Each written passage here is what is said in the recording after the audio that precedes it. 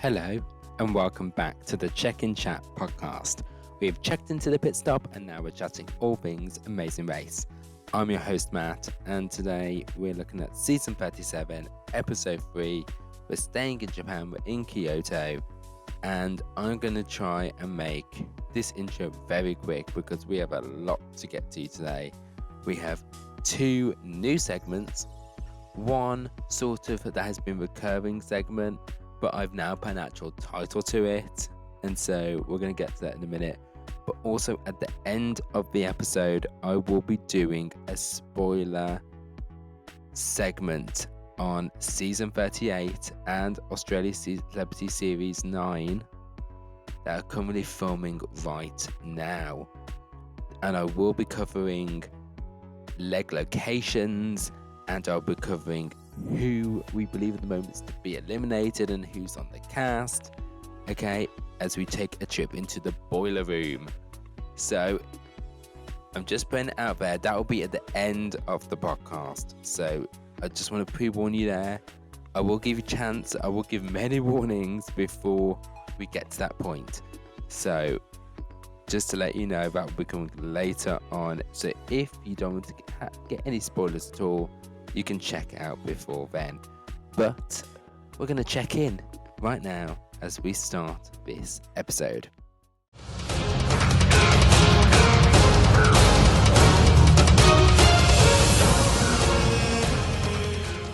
So before we actually start this episode, they have the On Tonight segment, the little tease. It spoiled the placements. I knew when watching this, I knew that who the top teams were. It spoiled it for me, CBS. Thank you very much. Just gonna put it out there. Okay. Back to my normal voice. So Jonathan and Anna, they're first to leave at 8:31 a.m. and they're told to take a bullet train to Kyoto and head to the Shimogamo Shrine to get the next clue. They have 28,000 yen for this leg of the race. Look out! There's an express pass ahead, some point in this leg. And so we learn that Jonathan is apparently very sensitive to heat. I want to know what that means. To like what extent? Like I need to know more about this. I want a full investigation. If I make it to Dubai, I need the full on investigation. Anyway, Scott and Noria next to leave. They're second to leave at 8:53 a.m. And so we know that Laurie here, she's not that big of a runner. So she says she's slogging along, which is slow jogging, which I love those two together. It's like one from the Big Bang Theory, when Sheldon goes, "Why don't they make a size between medium and large called Marge?" It's one of my favorite things, and I say it all the time. We then have Alyssa and Josiah, they're third to leave at 8:57 a.m. And Josiah is very excited. He's very excited this leg, and he just wants some sake. He knows he can't get any sake, but he wants some sake. We then get Jack and Carson. They're fourth to leave at 9:08 a.m. And this will now be the point where we transition into our recurring segment about Jack and Carson here. Now, we might not do this every week. We might do it occasionally. But, you know, each week they're giving me this content, so I have to talk about them. And there's one particular thing this week. So we're going to be really looking into their recap episode this week, where, let me tell you, there's one thing that I was like, I have to talk about this. And so I thought we'd name this segment. So I put into the Google A D&D gay references, and this D&D source book came up, which said to have a lot of gay things in it. So that's why I'm calling this segment Jack and Carson's Tome of Woes. And so I hope that D&D reference you guys enjoy that. So before we start this segment, I want to talk about something that happened during the week where, I uploaded the podcast. I was relaxing, watching some Murder She Wrote. And because, our girl Jessica Fletcher, she'd be serving. And so then, Jack um, is saying, how he's just put up his recap and I'm watching and it's like, oh, I made a TikTok about you. I'm like, what now? Girl. And so this is apparently, so he was listening to last week's podcast and he was like, it was, he was very intrigued by my intro to this segment. So for those who do not remember, I thought I was being very courteous to my viewers because this segment is about a lot of gay things. Come on, it's about Jan Carson. Of course, gay things are to be expected in the language of gay. So, I thought I'd be courteous to our straight listeners, but more particularly our straight male listeners, who might not understand the, the gay language. So I gave them the options like you might not understand, you might check out here, you might want to do something else in the next few minutes because you might not understand the language. And I don't know if you're able to get the gay dictionary available. Um, but come back in a few minutes and I'll bring you back in to the podcast. We'll talk about sports. We'll bring you back in and we'll transition to the best. So I thought I was being very courteous. Apparently, I was unhinged at the time. I called Jack. So he says, you know, I made a TikTok about it, which, by the way, the TikTok was hilarious. And I've watched it nonstop all week. Girl, no, about it's like got nearly 7,000 views right now. Half of them are like me, just watching it constantly, analyzing Jack listening to me, and me, you know, listening to my own voice. Now, I already found my voice, bad enough is listening to while I'm editing this. So the fact that it's on a TikTok blew my mind. And apparently, this sent Jack, because apparently I told the gays to scram and this sent him. I don't know where it sent him. Maybe, maybe down to Michael's. I don't know. You know, I see them as they're making all stuff all the time. So maybe he went down to Michael's. You know, I know the Michaels in that area, and you could be there for hours down at Michael's. So maybe he went down. I sent him down to Michael's to do some crafting. I don't know. Anyway, so this is now the point where I well, by the way, I just love Heart Jack. Sending you my heart here. Um, I love that. Thank you so much for that. It wasn't necessary, but thank you. So it's now time for this week's little warning. So for my straight viewers, particularly straight men, okay, you might check out here, okay, but I'm gonna call you back in a few minutes. So during this time, you might want to go and go to the car and check if the alternator's working. You might want to tune up the alternator, or some of you might get an old edition of Playboy. I hear it's all about the articles. The articles are very riveting. As I am told. So come back in like 5 minutes, and we'll talk about music. Coachella's in a few weeks. We'll talk about Coachella. Okay, good. What's that? Okay, let's start with this is based on the recap of episode 2, and so they talk about how leg one they were giving serious boots, and of course it's the first leg. You want to establish a good position heading forward because that will roll on and motivate you. You don't want to be in the back at the end of the first leg. Come on. And then you don't want to be the first to be eliminated. You don't want to be the first one voted off. I know, Jackie and Lauren and Margolina took a good strive, but no one wants to be the first to leave. Okay, so of course they were given serious boots, and then Carson was explaining that he had to explain to one of his previous podcast guests what boots meant because they had no idea. And this is why I say, straight to mom's leaving because they don't understand boots. As kids, we know, okay? We get it, okay? And then, so I feel justified in that a little bit. And then they say, leg two was silly boots. They got to let their hair down a bit. And then Jack says, this is the reason why I included this segment in this week. Jack says it was more kitten heel. Girl, girl, girl. You did not just say kitten heel. Girl. Okay. It's like on Drag Race, they would read you to filth if you wore a kitten heel, right? Like you would never wear a kitten heel, right?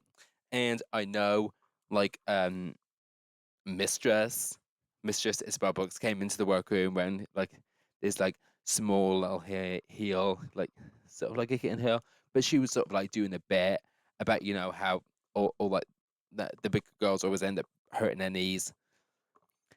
So that was a bit, but it's like girl kitten heel. It leg two was not a kitten heel because you still maintained a lot of position, you know. So like I just found that ridiculous. Girl, come on. Um, they talked about how the travel agent uh, did not know a single clue what they were doing, and that they had to go and buy a new printer. That would have been so frustrating. Like I totally get that. Um, but then here's the thing I want to go into. They talk about they sort of had a fake alliance with Brett and Mark, and they say how it was like real and fake, how it was real because they really liked and bonded with them, but it was because they knew they would stab them in the back. But it's like for me, I wouldn't openly say it was an alliance. I would say, oh, we can help each other from time to time. You know, if I was on the race and another team came up to me and said, oh, we want to work with you, I would happily, work with them because for me, especially if it's early on, they're saying, oh, we have this trust in you already that we want to work with you. And I think also that it's so early on and, teams, you're still getting to know each other and the teams are still, um, you know, like a lot of teams are working with each other, as we see in this episode, we see, the parent child teams working together and then some of the back teams working together, so it's not like it's an official alliance, but come on, think about it. In terms of TV, the gay alliance would have been iconic, the gays would be living, and it would be a serve, and everyone could be Vogue. There'll be like a four-way Vogue off down the street. Like, come on now. I would have paid to see that show, and like I would want to see like then I want to see like who's um like a performance off. I like especially like between in particularly Carson and Mark. I want to see them perform the house down boots, like in a dance off or something like that, like a performance off or some way. Like, I just like to see that. And by the way, I just only thought about this in my head just. And so they also talk about taking the connecting flight and how the layover was longer than I thought because I know during last week's I'll do it my way. I talked about um how I wouldn't take the connecting flight. Um, I would have took the direct flight. but that was me under the assumption of how short I miscommunicated in my head. I thought I made the assumption that the connecting flight was a much shorter um layover than it was, a much shorter layover when it was actually quite a long time because of Yaz. Um, so that was just my misinterpretation on my part. So if I would have known the accurate details, yes, I would have taken the connecting flight. So thank you, boys, for enlightening me. But then Carson talks about how the iconic Bernie and Callaghan fight here that would see so much, and Bernie saying, I don't lose, I win. I don't think I do think I'm better than everyone else, and it was iconic because it was openly said. But I didn't feel watching it. I didn't feel the impact because I thought it would might have been more iconic if I hadn't have felt the vibes already of that being given off by Jonathan. Because in the first leg, especially, when they lose the lead, the eye roll, and then at the pit stop, I did feel like we had that mentality already, and we knew from pre-season, from what Phil said, you know, how he just doesn't like to lose. And I feel like, especially, I think we've seen more of this episode, Jonathan does sometimes think that he is right all the time. So, I just feel like I got those vibes already from Jonathan, and if I didn't, I would have found that more iconic. But that's just my personal take on it.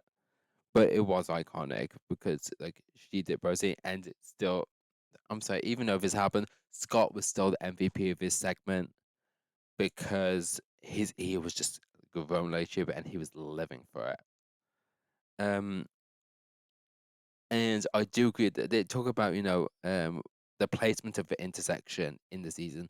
I agree with having it at the beginning of the season. I feel like it's good to help teams. I feel like if it's near the end of the season or mid season, it just loses impact, and I feel like it is slightly better for production. It saves them on cost a little bit. Doing it sort of at the beginning of the season with a lot of teams.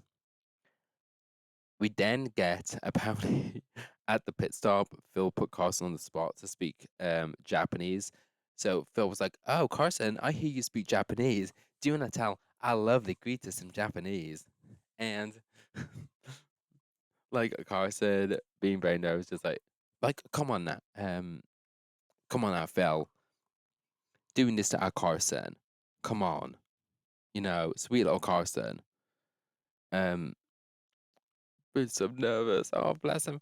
But of course he did it. But Phil was being shady boots there, putting him on the spot. Come on, a little bit of pre-warning here.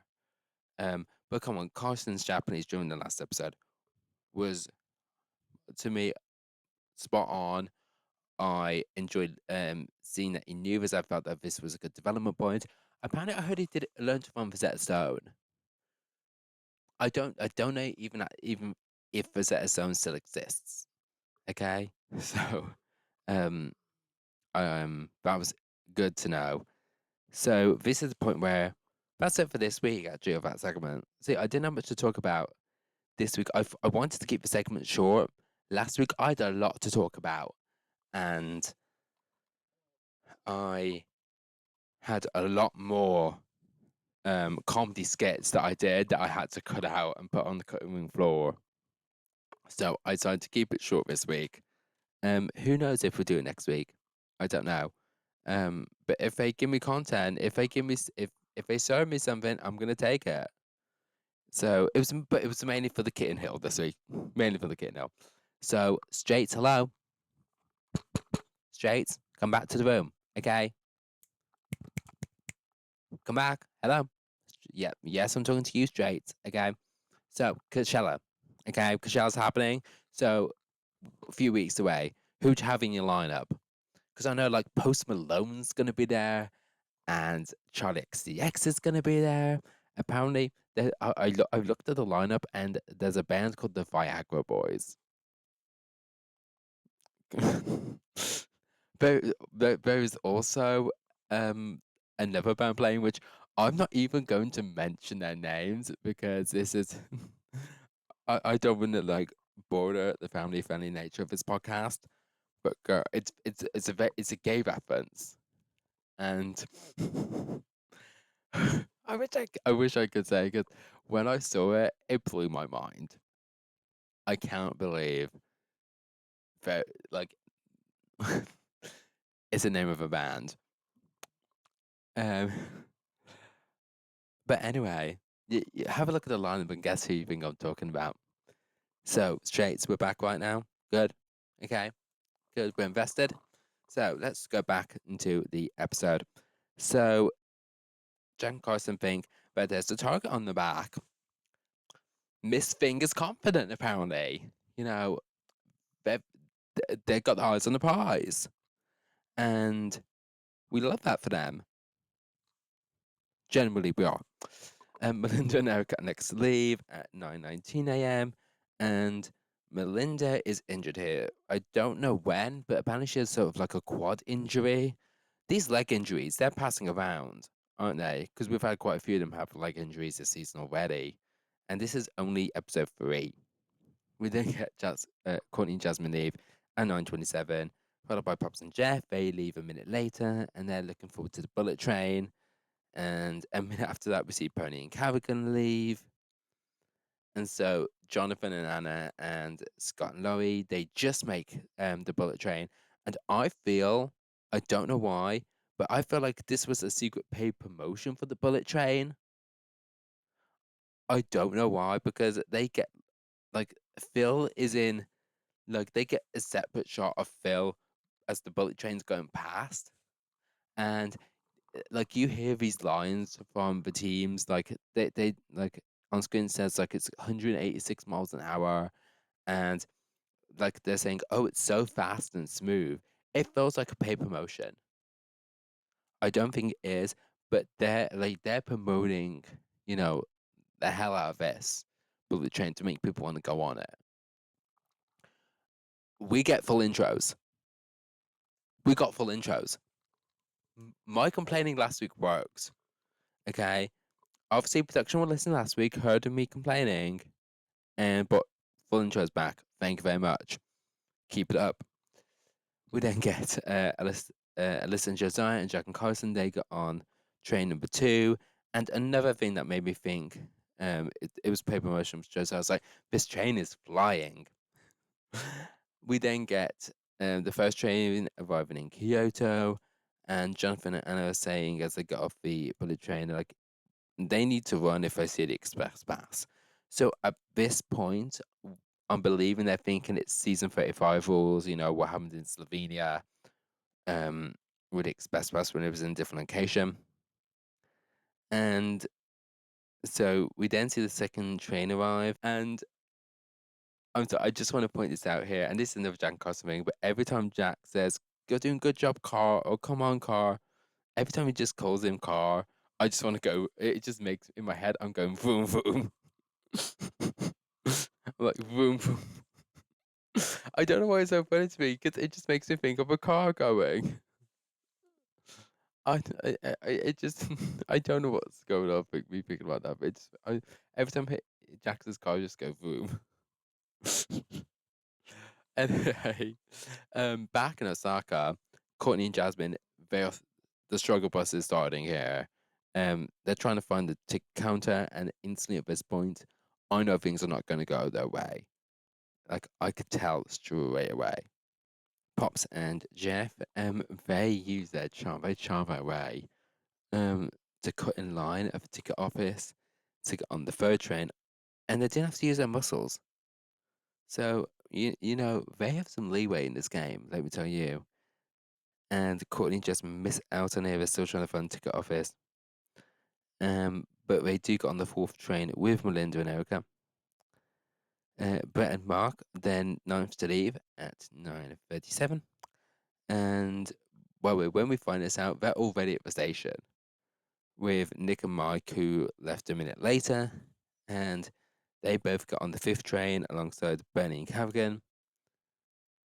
And straight back into Kyoto here, we get Scott and Laurie. They're first at the clue box, and Jonathan makes note here on how the other team has beaten them there, and already feels very defeated. This is what I said about always like wanting to win, and we knew this better, but I feel like because it's focused so much on Jonathan, it's already in my mindset. So the teams are told they have to find a market vendor and buy a sheet of fortune paper called omikuji and dip it into uh, the nearby stream to fill the next destination, which is the Shiramayan shrine, to get the next clue. And Jonathan and Anna see Carson and Jack on the way out, and then Carson and Jack arriving. And so Carson and Jack are like staying obvious that Jonathan and Anna are ahead. I'm like, wow, we do not need to include that in the edit, honestly. We then get Han and Holden. They leave at 10:34 a.m. They decide they need to optimize every opportunity, and they go back to the hotel, and they get a taxi from the hotel, which good call here. Jonathan and Anna are first to arrive at the roadblock, and it's who's up for some kicks, and the team member must play Kamari, which is apparently, according to Phil, an ancient form of samurai soccer. It's like soccer mixed with hacky sack, and they must make 5 successful passes in a row without the ball falling to the ground. They has to touch, like they have to use their legs, they can't use their arms, and they've got 2 minutes to do it to get the next clue. And the express pass opportunity comes here with both team members needing to complete the roadblock. And so to earn the express pass, and Josiah, Carrick, and Brett, Carson, Courtney, Holden, Jonathan, Erica, Nick, Pops, and Scott do this roadblock. And just to note here that Erica has done every roadblock so far. Now, I understand why Erica did it today, but Melinda will have to do it at some point. Okay, so I can't wait to see Melinda do the roadblock. And so Jack and Carson then arrive at the roadblock, and Anna says that D&D have arrived. I like how the boys are just known for D&D. They're called D&D. Jonathan quickly finishes the roadblock here, and then Anna has her turn competing for the express pass. Though Jonathan says in the confessional that he wasn't too optimistic here, and we see Carson. He says like how he did play some soccer um in his youth, but he wanted to pick flowers instead, like in Mom was his play, or well uses told the story all the time, and now he would just like instead like go pick flowers instead, which I could see Carson totally doing. Like I think we're not very big into the sports. I think you know like games, but D&D, that's a sport. Again, the fourth train arrives. That happened. I know we just get interrupted with the fourth train arriving, but Jonathan, he's getting more and more frustrated here as Anna's struggling with this, and so he keeps shaking his head and even walks away at one point, and like he's talking about this in the confessional, and Anna just gives this awkward smile. I really felt Anna's words like, your husband's saying this about you, and you just have to smile along with it. The fifth train arrives, and Carrigan, we get this quick thing from Carrigan saying how she's proud to show representation of all kinds in the race. Girl, work. And Scott and Laurie here, they arrive at the roadblock, their third here, even though they were the first to leave um, the other shrine. So what happened was that they released, stupidly released their taxi, and they've openly admitted this in their recap. But they released their taxi when they shouldn't have, so they had to struggle um, getting a brand new taxi, and so Carson finishes the roadblock for him, his team, and so Jack comes steps in for the express pass, and so it's the express pass people and Scott doing the roadblock, and Scott gets it quickly. Okay, he didn't take that long, and so Scott and Laurie, they decide not to go for the express pass. They want to get a lead on the stronger teams, and also sort of psych them out a little bit. And like my thought was here, if Jonathan and Anna don't get the express pass, and they know that it's likely that Scott and Laurie will get first, that would just upset Jonathan even more and psych him out even more. And so Scott and Laurie found out that they now need to make their way to Osaka Koshindo Temple to get the next clue. We then Jack says that he wants to say while Jonathan and Anna are still here and they should keep going for the express pass. And Anna a few times suggests that of whether she wants to stay or not, and she wants to do a few more tries. And Jonathan and Anna, they get the express pass here. They get the express pass, and so Jack and Carson, they book it out of there. Well, all of a sudden, Han and Holden, they finally get onto the bullet train. We get Josiah arriving at the roadblock now, and which I thought was an interesting choice because we all know that Lissa is a D1 soccer player. So I thought that was interesting. Maybe it's strategy for like a roadblock count, um, like a strategy like who to keep on later on. I don't know, but Josiah finished pretty quickly, so I didn't think it mattered. But I thought it was an interesting choice, for Josiah to do it. We then find out the detour option, and so teams will have to head to the Kyoto Budo Center and choose between fold it or fling it. In folded, teams have to roll a human-sized origami crane before receiving the next clue, and they only have one piece of paper, so they can't rip it.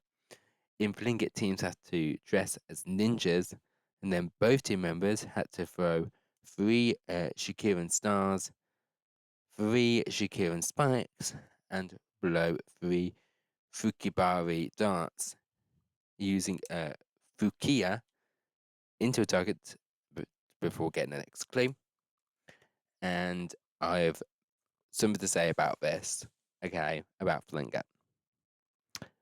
Okay. The practice area, of course, the practice start, but when they were doing the spikes, that target looked very well used. I mean, very well used.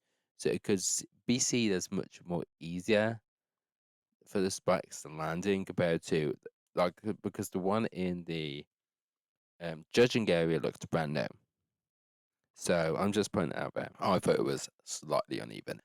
Melinda and Erica, they arrive at the info task, and Melinda is still struggling with her leg injury. And we then see Pops at the roadblock, and he put some power in his kick. Okay, that ball went flying, and I think Alyssa would be proud of that. Jack and Carson, Jonathan and Anna, they also choose Fling It, and the trading teams finally arrive at the route info task as Courtney and Jasmine are trying to find directions to the roadblock.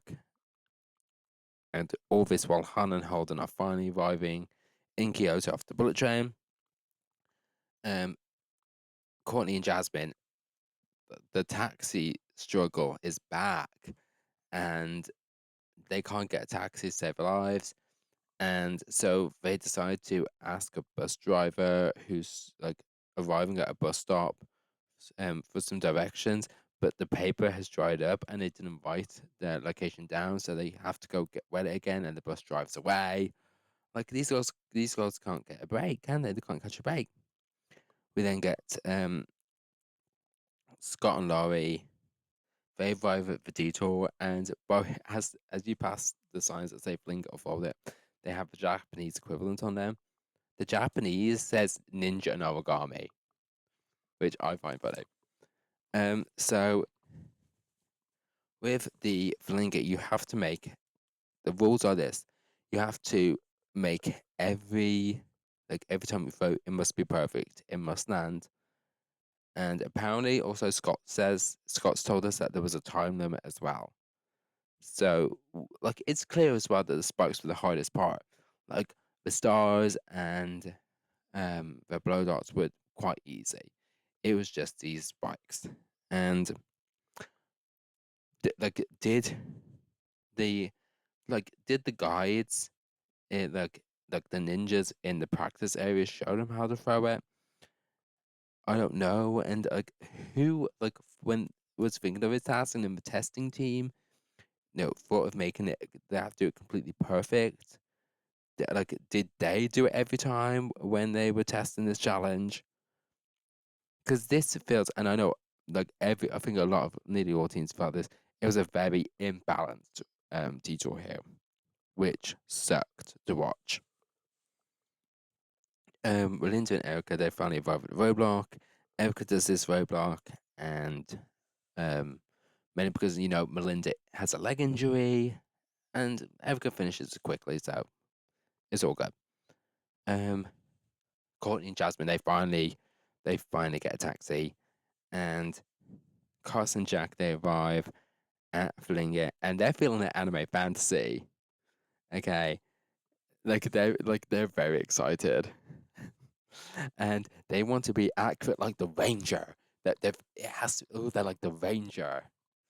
like I feel like they were about to burst out their body. They were so excited. We then get Scott and Laurie. Laurie's not getting it, and so they quickly decide to switch to Fold. And so while they're changing out their like ninja outfits, Jonathan and Anna are there getting changed for Fling It, and Jonathan asks where Scott and Laurie are. They were right in front of him. Okay, they were right in front of him. Like, how can you not see the pink icons in front of you? Seriously, Jonathan. Was that shade? Was it? Were you trying to throw shade, Jonathan? Mm-hmm. Anyway, we then get Scott. He's talking about how he makes paper planes every Sunday at church. This sounds like a question because I'm like, when at church? I assume after service. Okay. Because I wouldn't think it's during the service. We then get Nick. Nick speaks with the Roadblock, so it's fine. Nothing in there. But then we do get the first alliance, like of actual like sort of alliance talk, and it's between the parent-child teams of Pops and Jeff and Melinda and Erica. As they know how um, Pops and Erica, so like the older ones, really the older ones left, and they have connection between the parent-child teams, and so they want to stick together. Because like Erica tells them, where the detour clue box is, and so we know that they have a tight bond. Brett kills the roadblock, so we can pass that. We knew he would. I'm sorry, I still think Brett's tried. Carrigan's at the roadblock, and she's talked about how she's clumsy with balls. I'm gonna move on from that. So I've been talking about how the spikes are so hard. Carson miraculously gets the spikes down, work, and I know Nick and Mike nearly do as well later. But Jack is struggling with the spikes. So, but they still decide, they're gonna have a go, see what it's like in the judging area. And so Josiah is arriving with Alyssa at Fling It. and Josiah's freaking out being in like an actual dojo. It's not really an actual dojo, but okay. Um, he's very excited. He's just like Jack and Carson in his fantasy. We then get Jonathan and Anna. They just quickly after a while they side switch, and after a quick attempt in the um judging area, Jack and Carson they side switch as well. Josiah and Alyssa see all the teams switching, and they still go for Flinger, which I thought was a very interesting choice there. We then get Courtney and Jasmine at the roadblock, and the struggle burst is going to start soon for them. So still, Nick and Mike, not a surprise they go for Flinger. That wasn't a surprise at all. I felt that they definitely would have gone for Ninja regardless. Um, so Jonathan and Anna they're at fold it, and Jonathan tells Anna to stop talking and make it perfect. You know, I say Jonathan is affectionate, someone gets the things done. I feel for Anna in a few ways. But Barbara, I just want to point out Jonathan has been getting a lot of hate this week online, and I don't think it is deserved. With Jonathan, okay, there are things that like he says that are maybe come across a bit annoying, but doesn't like it's not hate worthy. Okay, so honestly, like people online just back off on Jonathan. Okay, he like it's not deserved. We then get Melinda and Erica, Pops and Jeff. They join everyone at Fold It, and they're all excited because they've caught up with the front teams again. While at Fling It, Alyssa is struggling, and they're sort of debating whether to switch. At the roadblock, Courtney, as I mentioned, is struggling. Courtney would be me, okay, and I'll explain it more and I'll do it my way shortly. And then at one point, Courtney gets so close, and then she kicks up into a tree. My heart broke then for Courtney. Boney, at the roadblock, she says that she hopes not to see Helen and Holden anytime soon, and then Helen and Holden show up. And apparently, then Holden played soccer in high school. Apparently a low division, but still, he played, and Holden finished it very quickly, with Carrigan finishing it not long after leaving Courtney and Jasmine in last place. We then get straight to the detour. More help here between the alliance as Erica helps Jeff. We then see Scott and Laurie. They get it and head to the pit stop, which is at the Konkai Komyoji Temple. I haven't said that right. Latin check-in will be eliminated. And so I did mention about Mark arriving, and they arrive as Carson and Jack just finishing it. They're on their way to the pit stop. I just also want to mention with Volt here that they only got one piece of paper. I mentioned it earlier, one piece of paper. They didn't have money in the budget for another big piece of paper. Did they just spend all the budget on the little piece of paper for the children to fold for the examples? Is that what all the budget went? For extra big paper. It went on the kids. Okay. Jonathan admits they finish and they admit that Jonathan admits that Anna was right and she'll pick the details from now on. I felt that he really struggled because I feel like Jonathan always like sort of wants to be right, which I feel like sometimes like I even have had those moments. Look, I'm being very transparent here, and so that was interesting for Jonathan to say.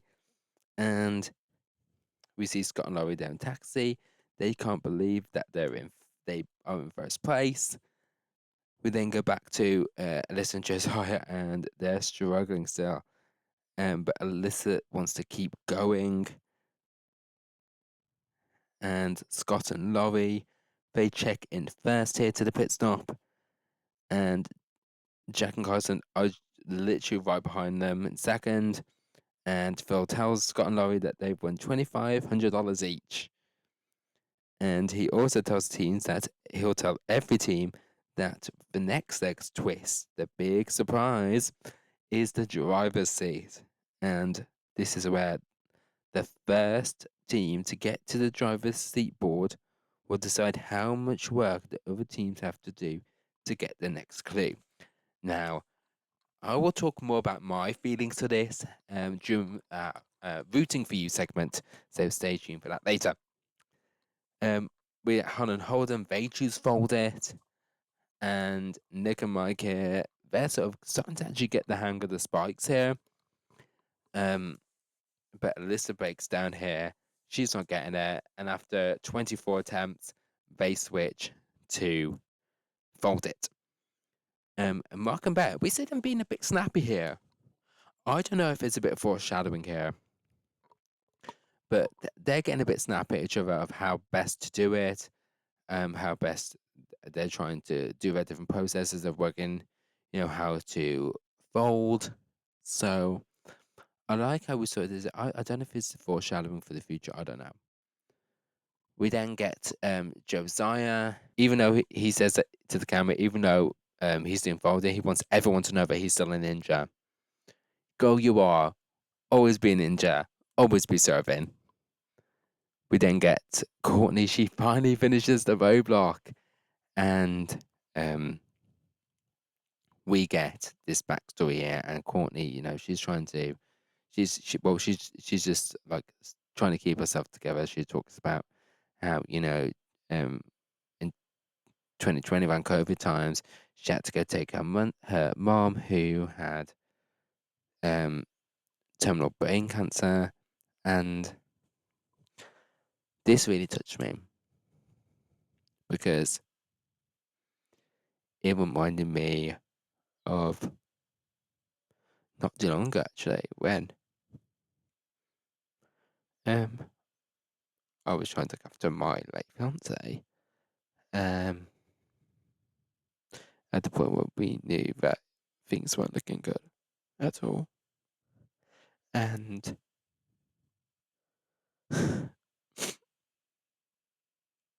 sorry.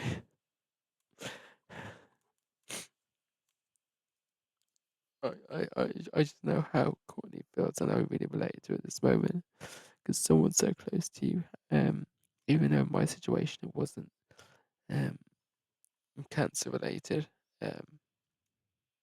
it was still something that was non-fixable. So I really related to Courtney here, even though we knew by getting backstory this late. At this point, we knew she was going home, but I really connected with this. Okay, what I'm gonna do is, um, just take a moment. I'm going to break, and I'm gonna finish the rest of this episode right after this.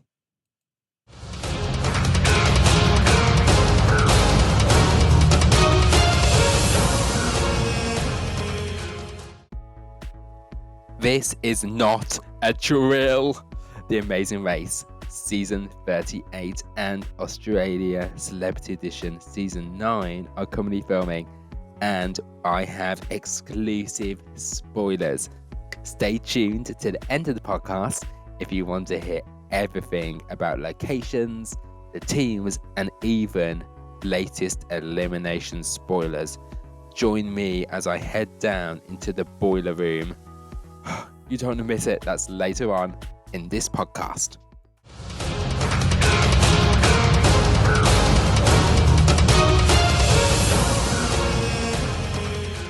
And we are back, and we see Jonathan and Ade check in third, but they're not upset. I think because they have the express pass, so Jonathan really doesn't care that they're not in first today because they know the express pass, and that's sort of a big game changer.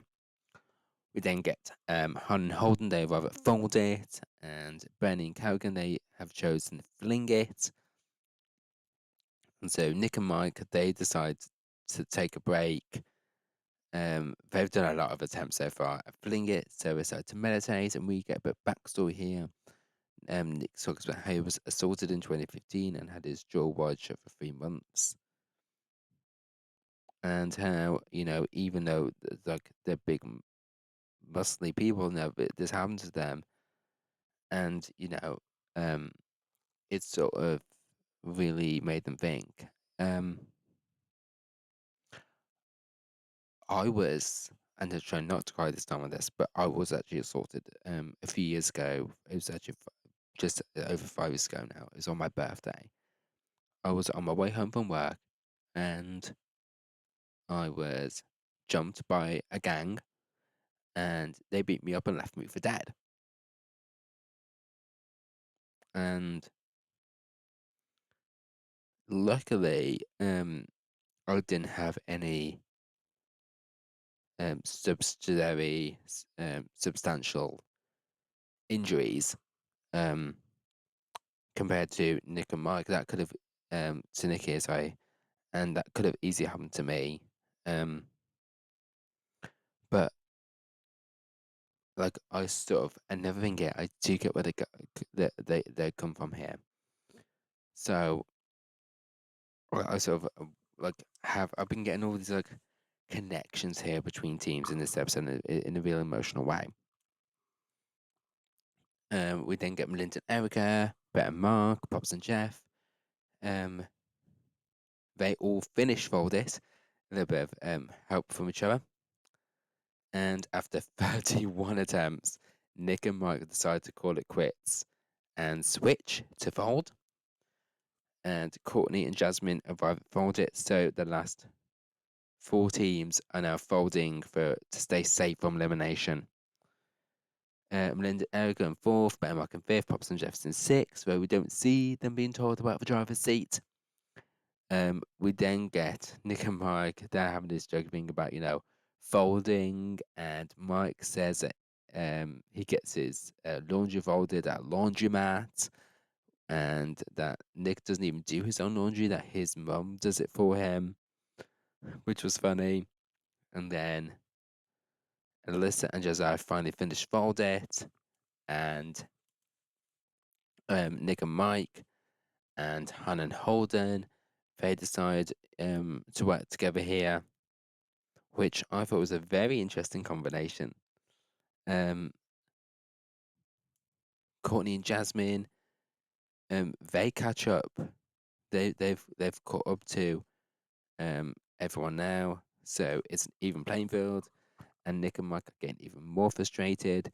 Bernie and Kerrigan, they quickly decide to switch to fold. So everyone's doing fold now, and while this is happening, Han and Holden are getting frustrated with each other and are yelling, and this is distracting Bernie. Kerrigan's told to just,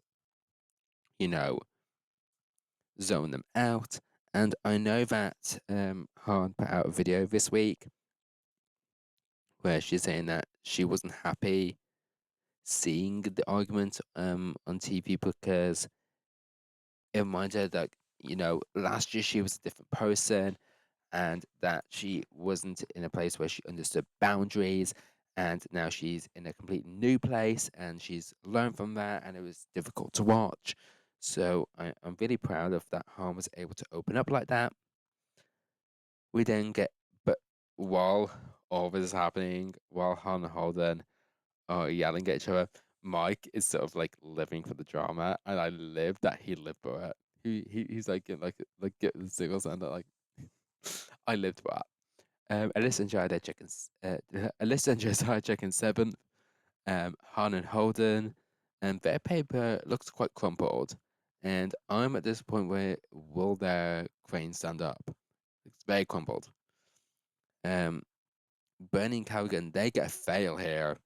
The head and tail and the wings are reversed. So we know that, but they don't. Nick and Mike here, they save Han and Holden.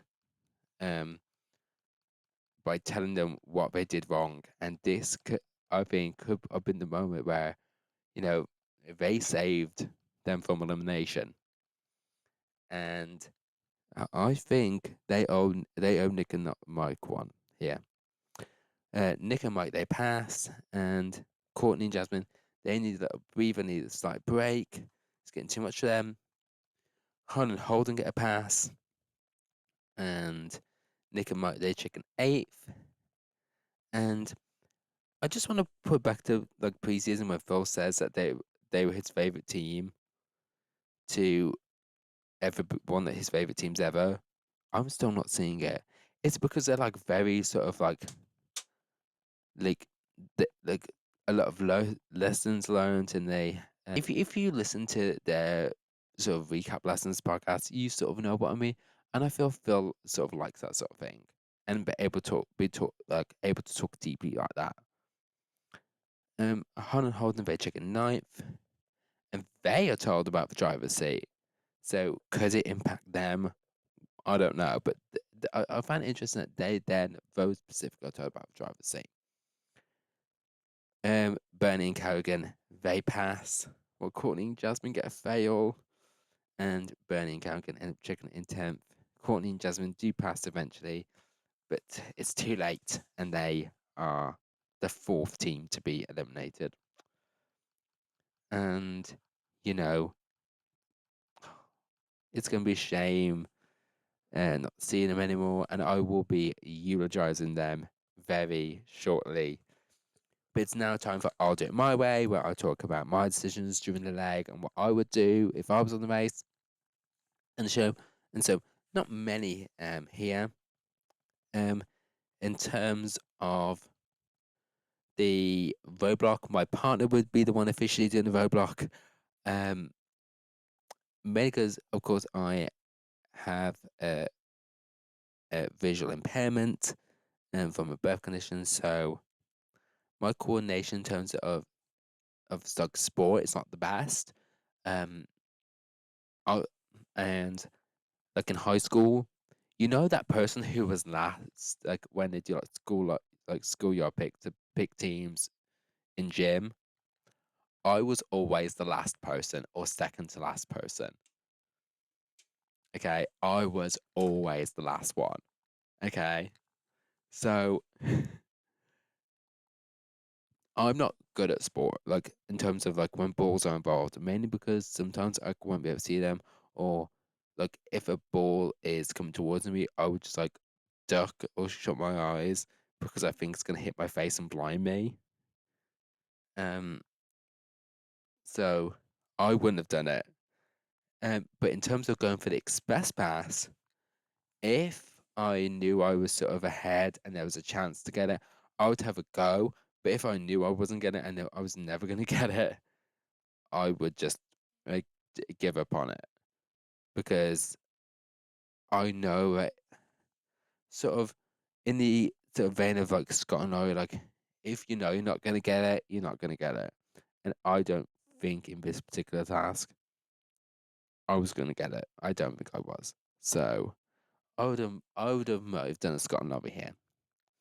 And then in the detour, I think I would have chose Flingit. Come on. If it says be a ninja, like who would pass up the opportunity to be a ninja? Okay, I just think that the constraints on the task, having to be perfect and getting those nails down was sort of everyone's downfall here. And so that's why everyone did um fold it, ended up doing fold here because it was just so imbalanced here. But I will say that I didn't do origami when I was a kid. Don't throw stones, no stones, okay? Um, so I wouldn't be very good at it. And even when like I'm folding paper normally, it's never even. Like I fold it, like I try and fold it even, but it's never ends up even. And so I don't know how that happens, but I'm terrible at folding. Um, so that says that. So I would have chose filling it here. We might have ended up switching to fold, but So that is it for the episode recap for this week. And after this, I am going to eulogize Courtney and Jasmine, recently eliminated team, and we'll do that right after this.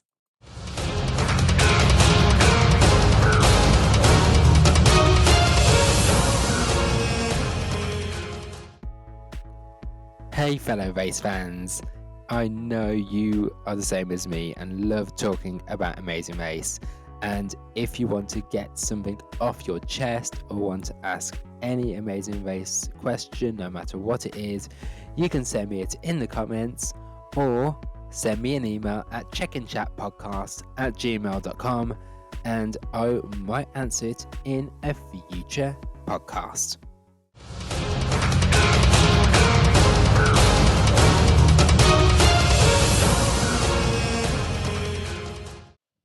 It's time for We Were Rooting for You.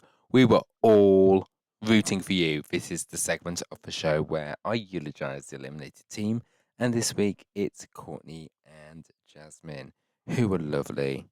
And, they even when they were struggled and when they're down, they didn't shout at each other at all. They kept a really calm tone and they pushed through it even when times were tough.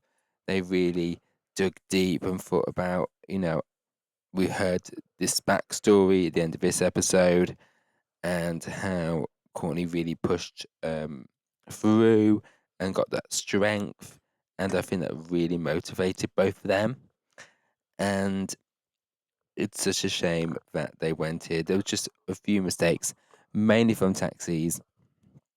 But, you gotta love them, honestly. And it's a shame that another LGBT, well, it's the first LGBTQ team to leave this season, which is a shame. But they could have done. I think they would have made it far. I think they could have lasted a few more legs. I think they could have made it up to the middle of the pack. I think there are some of the teams in the back that have been stressing out a lot and been making a few critical mistakes that just have them wasting a bit of time. But they kept cool under pressure. I don't think they would have won. I think they would have gone mid-season.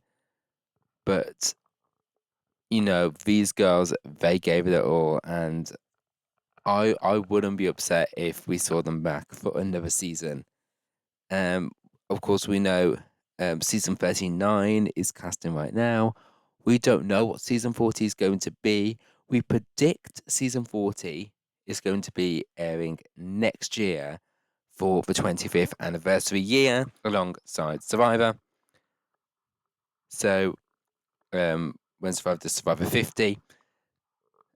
So, we don't know what's going to happen. So, we could see them back. Who knows? So, next week, we are going to be seeing this driver's seat. Now, the driver's seat. Now, when we heard this, we heard about this just over a week ago from the press release. And we all thought, it's going to be that the first team to get there will choose because we knew it's some two with a roadblock. So we thought it would be that they'll be given the power to choose which person from each team would do the roadblock. No, it isn't. As we mentioned earlier, it's got to do with the workload that they have to complete during the roadblock. Honestly, and I've discussed this with other people as well, other fans, and it would have been more entertaining to see them choose which member of each team to do the roadblock.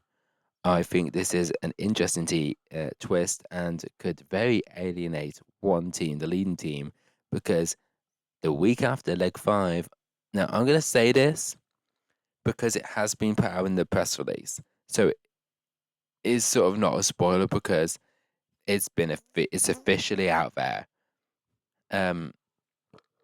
Leg 5 will include a double U-turn. Okay? And the double U-turn will be a U-turn vote. We believe face to face. just like in 31. And I did not like how they did that in 31. I preferred sort of how they did it in 35 when Stephen and Lee got U-turned, even though they could have presented that slightly better. The 31 way was not good. It's also to cause drama doing face-to-face voting, but this is what we believe it to be from the bits of information we know. But we know that 2 teams will get U-turned. So it's going to be this might cause the catalyst, the leading teams, to go to the back next week. So the tide might be turning very soon as we head to Indonesia. So that is it for talking about season 37. In a moment, we will go into the boiler room to talk spoilers for season 38 and Australia's Celebrity Edition season 9 that are currently filming right now. However, if you don't want to be spoiled, if you want to be spoiler free, you can tune out right now. That's perfectly fine.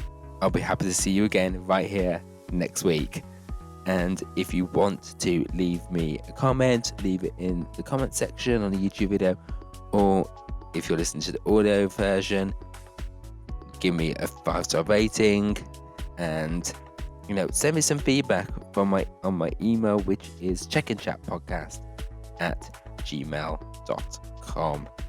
And so, if you're leaving us here, thank you so much for listening, and I'll see you next week. But if you're too tempted, you want to join me to talk about all things spoilers down in the boiler room, we'll be back right after this.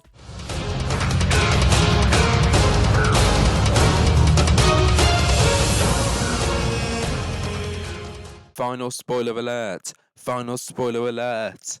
Okay, if you don't want to be spoiled, please leave now. I will not be offended. Promise. Okay? 3, 2, I see you looking now. 1. Okay, we're good. Okay? If you're here, you want to hear the spoilers. Okay? We're now in the depths of the boiler room, where it's a spoiler-filled zone, where we're going to be spilling this piping hot tea all about the latest goings on in season 38 and the Australia Celebrity Edition season 9 that are currently filming right now. The races are on the move. Okay, now both have filmed 3 legs so far, as we know, and we believe they've had 3 eliminations so far, potentially, and so all this information we know, some are from like official releases, some are from eyewitness accounts, and some are from like photos stuff come from Instagram. I will be spoiling some of which teams are eliminated so far. So please do bear with us. We have a lot to get through. And so I will be talking about Australia first and then go into 38. I know you 38 fans, you want to hear all this tea, but this is something we call in showbiz the tease. It's got a tease. I'm going to tease you. I'm going to edge you on a bit longer.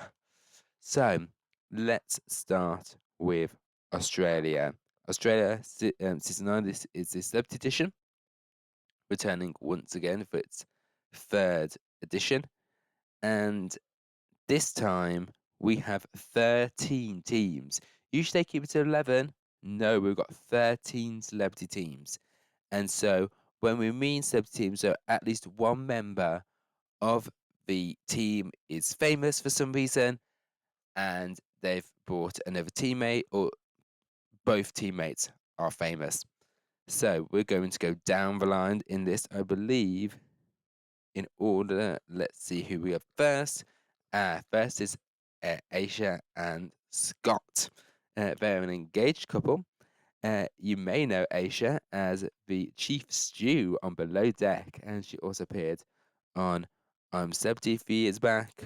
She came 3rd, and she came off very well there, and it's going to be very exciting to see how she does with her fiance Scott. We then have Ant Middleton. People in the UK, you may know him from SAS Who Dares Wins, from the Elite Forces, and I believe he caused a bit of controversy in the UK. I believe so. But we know him to be very fit, and he's going to be joined by his big brother, Dan. So we'll see how they do on the race. Next, we have four-time Olympian and triple gold medalist, Bronte Campbell. Her swimming career has been extraordinary, and she's even won the Order of Australia medal. And so she'll be racing with her fiance Ben Benfield, who is a musician, who Bronte credits for encouraging her to get back in the pool to compete at the Paris Olympics, in which she won the gold medal as a member of the women's 4x100 freestyle relay team. So they are going to be a very compatible team. They're going to work well together. I sense good vibes from them. We then get Brendan Favola. We know Brendan. He's been around the TV scene for quite a number of years now. But before that, you may know him from the AFL. And he's been doing lots of hosting videos. He's done the Footy Show, the Australian Masked Singer. He won I'm a Celebrity back in 2016, and he says his proudest career moment was becoming a dad, and he'll be joined by his 18-year-old daughter, Lenny. So can't wait to see how they do. Now next is uh, Dominic Di Tommaso, also known as Dom Tomato. I've been told that he is one of the most popular parkour athletes in the world. Parkour. I think this is the part where the budget was scraping thin here for some the budget was spent on a lot of the higher celebrities. I'm going to get to more of them soon. But I feel like this was scraping near the bottom of the barrel. Parkour. But apparently he's now a Red Bull Pro who jumps, rolls, and dives across different locations over the world. And he's going to be joined by his best mate and DJ, Mark's Masters. So can't wait to see them parkouring into, a, a mud of stuff. I don't know. Next up is one of my favourites. It's Tiffany Hall.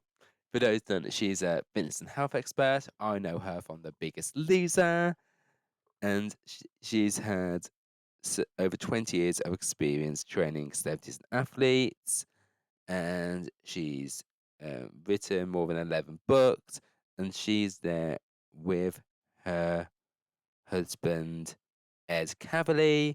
He is hilarious. You may know him from radio, TV, film. You may know, I know him best from Have You Been Paying Attention on Channel 10, which is hilarious. They've gone for so much together, and I can't wait to see them on the race. We then have the social media. There's always a social media team, and this is them. It's brothers Luke and Sassy. His name's Scott, but apparently likes to go by Sassy. They started posting videos during COVID, and they've had a lot of the online antics that amuse their, I'm told, over 5 million followers across the social media platforms, and some of their followers include Selena Gomez, Kyle and Jackie O, of course, Kyle and Jackie O, Megan Trainor, Rita Ora, and Taika Waititi. Like, of course, Taika Waititi would be there, of course. So we'll see how they do. Social media teams do tend to do well. So, like so we'll see how they do on the race. We then have another big name here from Channel 10, MasterChef Australia judge Melissa Leong here, and she is joined by her longtime best friend, Leah Wilson. And you know her from MasterChef. She's a food writer. She's on podcasts. She does cookbooks. Well, she's an editor for cookbooks. She's done radio. She does everything. Opulence. um, so I can't wait to see how Melissa does under the pressure of the race instead of the pressure of the kitchen. We then have model turned socialite and Indonesian princess Lindy Klim and her social media star and model daughter Stella. I have no idea who these are, honestly, but I feel like they wrote this themselves. So I don't know how long they're going to last on the race. Um, so it's going to be very interesting to see how they do. That's all I have to say about them. Now, next up is someone who I think is a big name. It's Millsy. You know Millsy from Rob Mills here. May know him from Neighbours, where he was a villain and got killed off.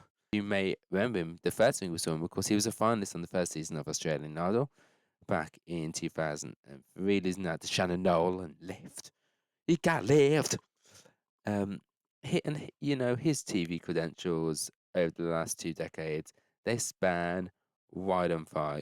He's done musicals like Wicked, Romeo and Juliet, Grease, and he's with his fiancée Georgie, and Georgie is a sports host on ABC Breakfast News, has been for several years, and has recently started as a regular host on the project. So Channel 10 are living for this, having some big names here. We then get apparently hilarious Steph Tisdale, and this is I don't think I am familiar with Steph's work. I know quite a few Australian comedians, but I'm not in particular familiar with her work, and so she's been in shows like Total Control and Deb, and has written on hit shows like Rosehaven, and so she's going to be joined by her brother Ben, who is an emergency room doctor, helping her prepare to run the Boston Marathon next year. So they're already in training mode as it is. So will they beast the race? We're gonna have to just wait and see. And then the last team I'm most excited about is Gretel Colleen. I'm so excited. For those, I do have also a Big Brother Australia podcast called Hello House. So you know I'm very excited about Gretel here. You know her best for being the host of Big Brother for 7 years. She's had best-selling children's books authors. She's a stand-up comedian. She's been in a band, and she's going to be joined by her daughter Epiphany, who also now works in media and currently holds the Guinness World Record for most short films produced by a filmmaker. Serve. I can't wait to see Gretel. Okay, so from these teams alone, who I'm rooting for, of course, I'm rooting for Gretel and Epiphany. I'm also rooting for, I have to root for Millsy. I'm sorry, I'm rooting for the people I know, even though I do recognise quite, over the majority of people on this cast. Oh no, I've forgotten to talk about, forgotten to talk about Bernard, Stephen and Bernard. Oh no, can't believe I forgot to talk about Stephen and Bernard. I am so sorry, boys. For those who don't know Bernard Covey, you know him from film and TV. Okay, you might know him. I know him, Bernard, as host of Beauty and the Geek for many years. So they've both done TV and film. Starting from the 90s, Stephen's been in The Castle and The King, and Bernard's as well as hosting. He's been on Home and Away and Neighbours and Wentworth, and so they have a longer resume. They say they haven't had an argument since 1984. I don't believe that. But I do like Bernard, so I can't wait to see how that dynamic is on the race. I'm excited to see Bernard. I'm excited to see Millsy. You know, Ed and Tiffany. Ed. I want to see how hilarious Ed's gonna be. I hope they end up being like the Pete and Bridget from last year. Like even some of the teams like Luke and Sassy. Can't wait to see how they turn out. So this is gonna be a very interesting cast. So from what we are told, of course, the cast was revealed officially by Chantem. And so what happens here, the rules are slightly different here, is that for those who don't know that I believe they're still following the recent season trend of they'll do a couple of legs, I believe 3 legs in a country, then they'll move to the next country and so on. And the first country they're in is Nepal. Okay?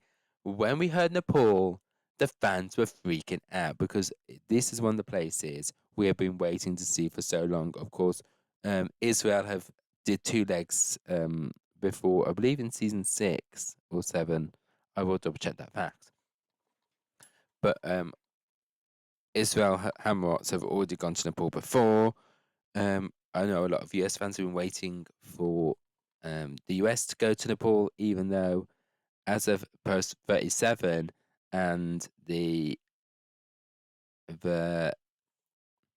additional information, Nepal's on the no-fly list.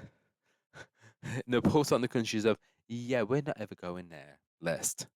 So this is a much welcomed relief here to hear that they'll be in Nepal. And a change from what they're allowed is in difference to season 38 in the US version, where all your possessions are taken away from you, so they like your phone, etc.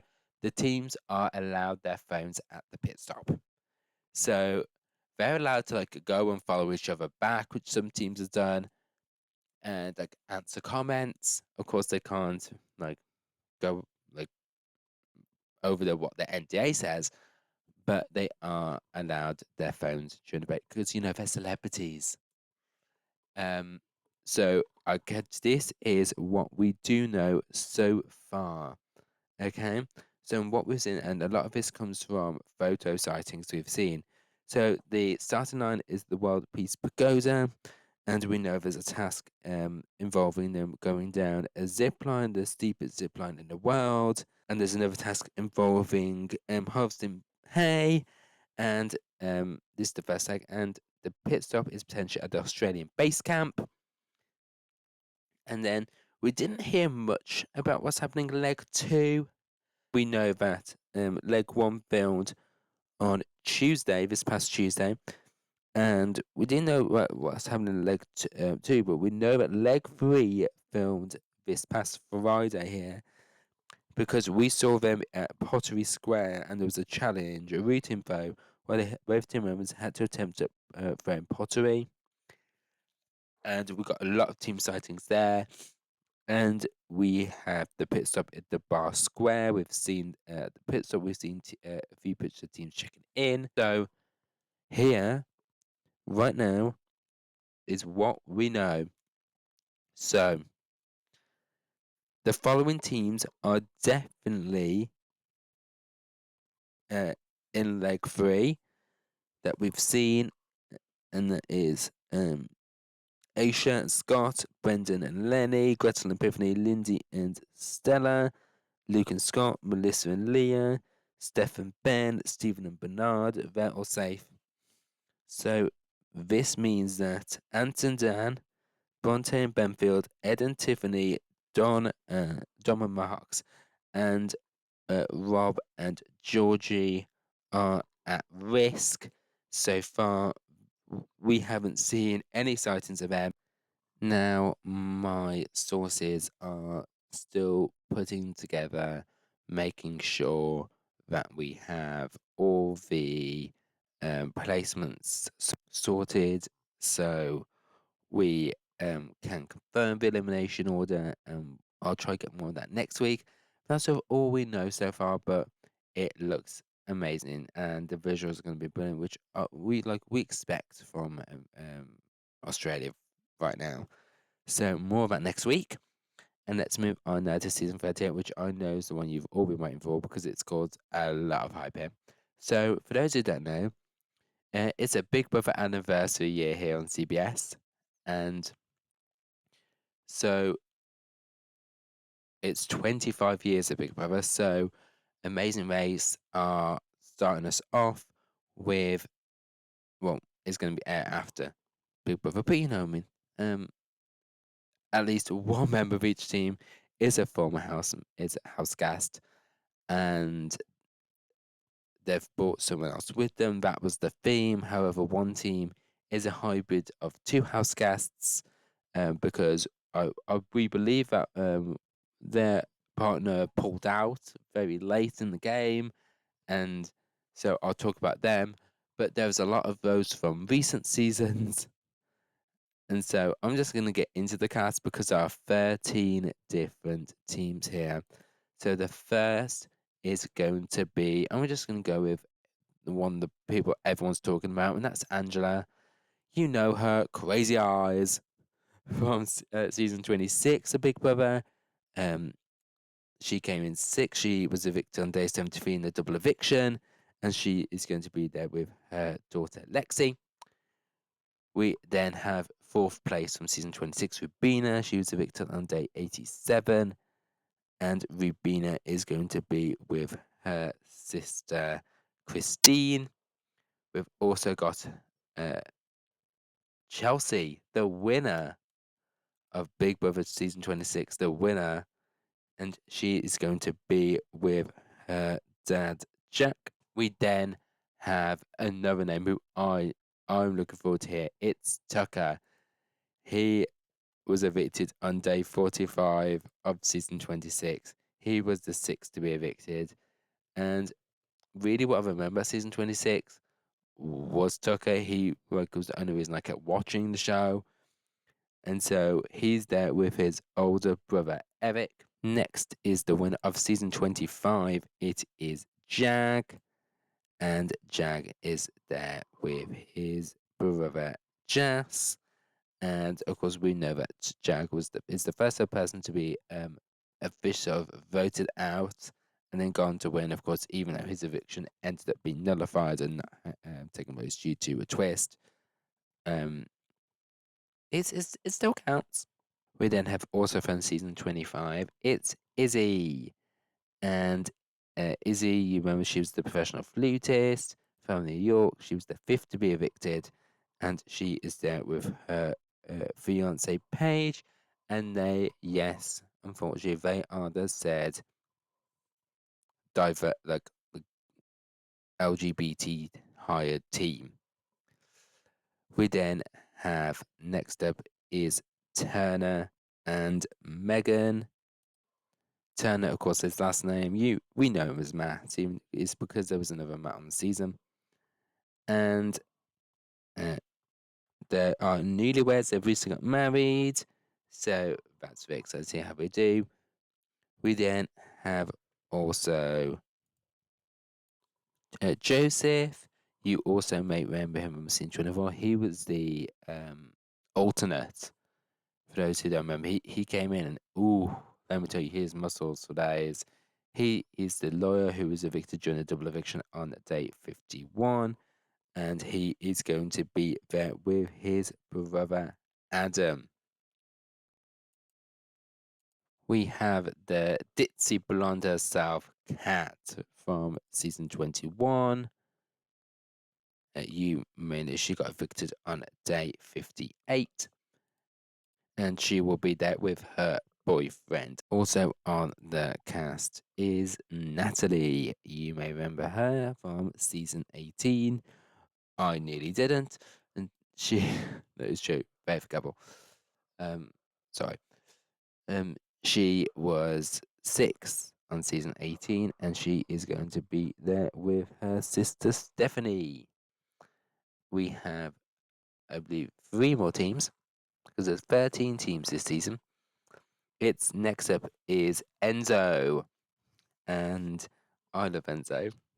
You know him from season 12 and All Stars 2, and he is going to be racing with his brother Guacamo. I think it is Giacomo Guacamo. I think it's Guacamo.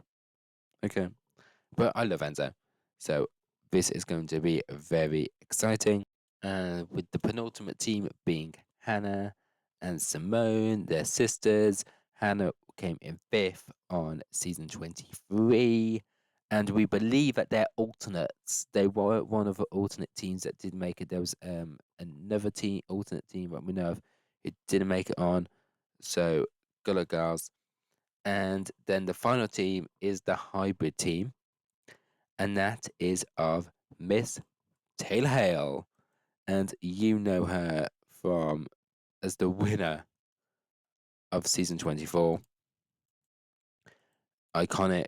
And she's going to be there with Kyland. And they're dating. I did not know they were dating. And I only found out from hearing through the spoilers because apparently he calls her babe a lot. I don't know how to take that. Of course, we know Kyland. He was from the previous year. He came 4th in season 23. And so that is the cast. So here's what we know. Okay, I'm going to try and keep it brief. From what we are aware of, they started potentially at their own homes. And they were told by Phil that they could be going to the home of Big Brother, the Netherlands. And teams then flew to the Netherlands together as a group. We got team sightings in Detroit Airport. And so they met Phil then in the Netherlands, and that was the starting line. Okay? Keep it up. So they went to Hoorn, the Netherlands, and we got a few clue box sightings along the way. And we know that there was a task involving loading cheese onto a boat. Very season 4. I think it was very like a season 4 switchback. Remember that? And them putting it into a boat and transporting the cheese. We don't sort of know where the pit stop was, but we do know. But this was on this past Monday that this was filmed, and we do know that the team here to be eliminated was Enzo. I wish he did better. Oh, anyway, so gutted for Enzo. I was really rooting for him, but we have 12 teams now left. They then headed over the next 2 days. They headed to Prague via Amsterdam. They went by train, and we've got a few sightings here. In which we know there was a task involving delivering items. We believe that there was a potential detour, which involved either delivering things or memorizing Czech words. We then had the pit stop at Zofin Palace, and so we believe, okay, we did quite a few sightings of teams, but here is the eliminated team. The eliminated team at this point is Angela. Angela and Lexi are the second team be eliminated. They were gutted. They were just apparently beaten out by Megan and Matt. Kat and Alex were also at the back of the pack alongside Kyland and Taylor. We believe it is potentially, we've heard that they have an express past Kyland and Taylor. Potentially, so that's what I hear. But we do know that I believe that Jas and Jag are one of the front runners alongside Natalie and Stephanie and Joseph and Adam, Tucker and Eric, and Hannah and Simone. They're sort of all at the front of the pack right now. And the next day, we were aware that it was a self-driving leg. Leg 3 was self-driving, but this is all in the Czech Republic. So they did leg 2 in Prague, and so they did a more rural leg in leg 3. And so we believe we did get a few sightings. One task was at a brewery, and then another task was behind this, like I said, a church, like in like estate, and it was sort of like a needle in a haystack challenge, and a potential my ox is broken moment, and we didn't get as much sightings as we did, but we know that the team to be eliminated here was Megan and Turner. So they're the third team to be eliminated. So at this point, at time of recording, we have 10 teams left. Some points today, as I'm filming this, they'll possibly be heading on a flight. We don't know, but that is all we know so far. So that is it for this week's edition of the Boiler Room. And this is me in post editing this, and since I recorded that segment, we have had another leg filmed in Budapest, Hungary, and I will be talking about that next week. Okay, I'm going to leave you hanging there till next week, but thank you if you've listened to the spoiler section. Thank you so much for tuning in. I'll be doing the spoiler section again next week as we take another trip down to the boiler room. If you would like to leave me a comment, do so in the comment section, or if you're on the audio version, give me a 5-star rating, or leave me an email at checkandchatpodcast@gmail.com. And thank you all so much for listening, and I'll see you all next week. Night night.